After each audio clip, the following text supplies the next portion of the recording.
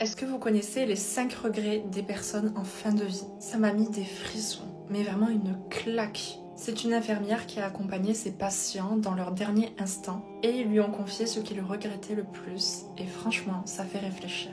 Le premier regret, je regrette de ne pas avoir eu le courage de vivre ma vraie vie et non pas celle que les autres voulaient pour moi. Celui-là, c'est le plus fréquent parce que souvent on va faire des choix pour faire plaisir, pour ne pas décevoir, pour les autres. Et là, il y a 2 facteurs qu'on retrouve, c'est la peur d'être jugé et l'excuse de « je le ferai quand j'aurai le temps ». Typiquement, je pense qu'on a tous déjà dit « ah mais c'est déjà Noël » ou « ah mais on est déjà en été » ou « c'est déjà la rentrée scolaire ».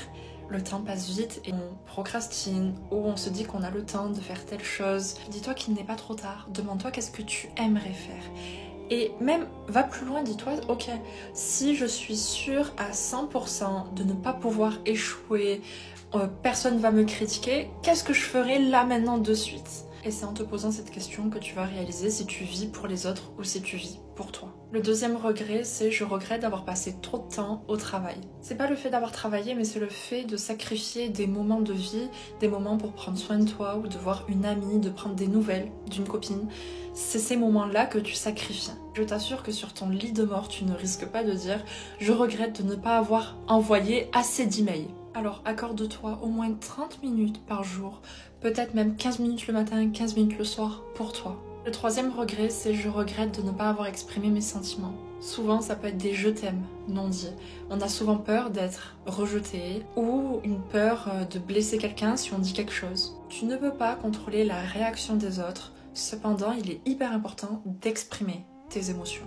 Moi, je dis les choses honnêtement parce que ça me permet de filtrer mon entourage. Si t'es pas capable d'écouter, tu dégages. Mais aussi, tu peux être surprise. La personne en face peut être hyper bienveillante avec toi, une bonne écoute. Voilà, donc dans tous les cas, t'es gagnante. Soit tu tries ton entourage, soit tu vois la personne en face de toi tient vraiment à toi.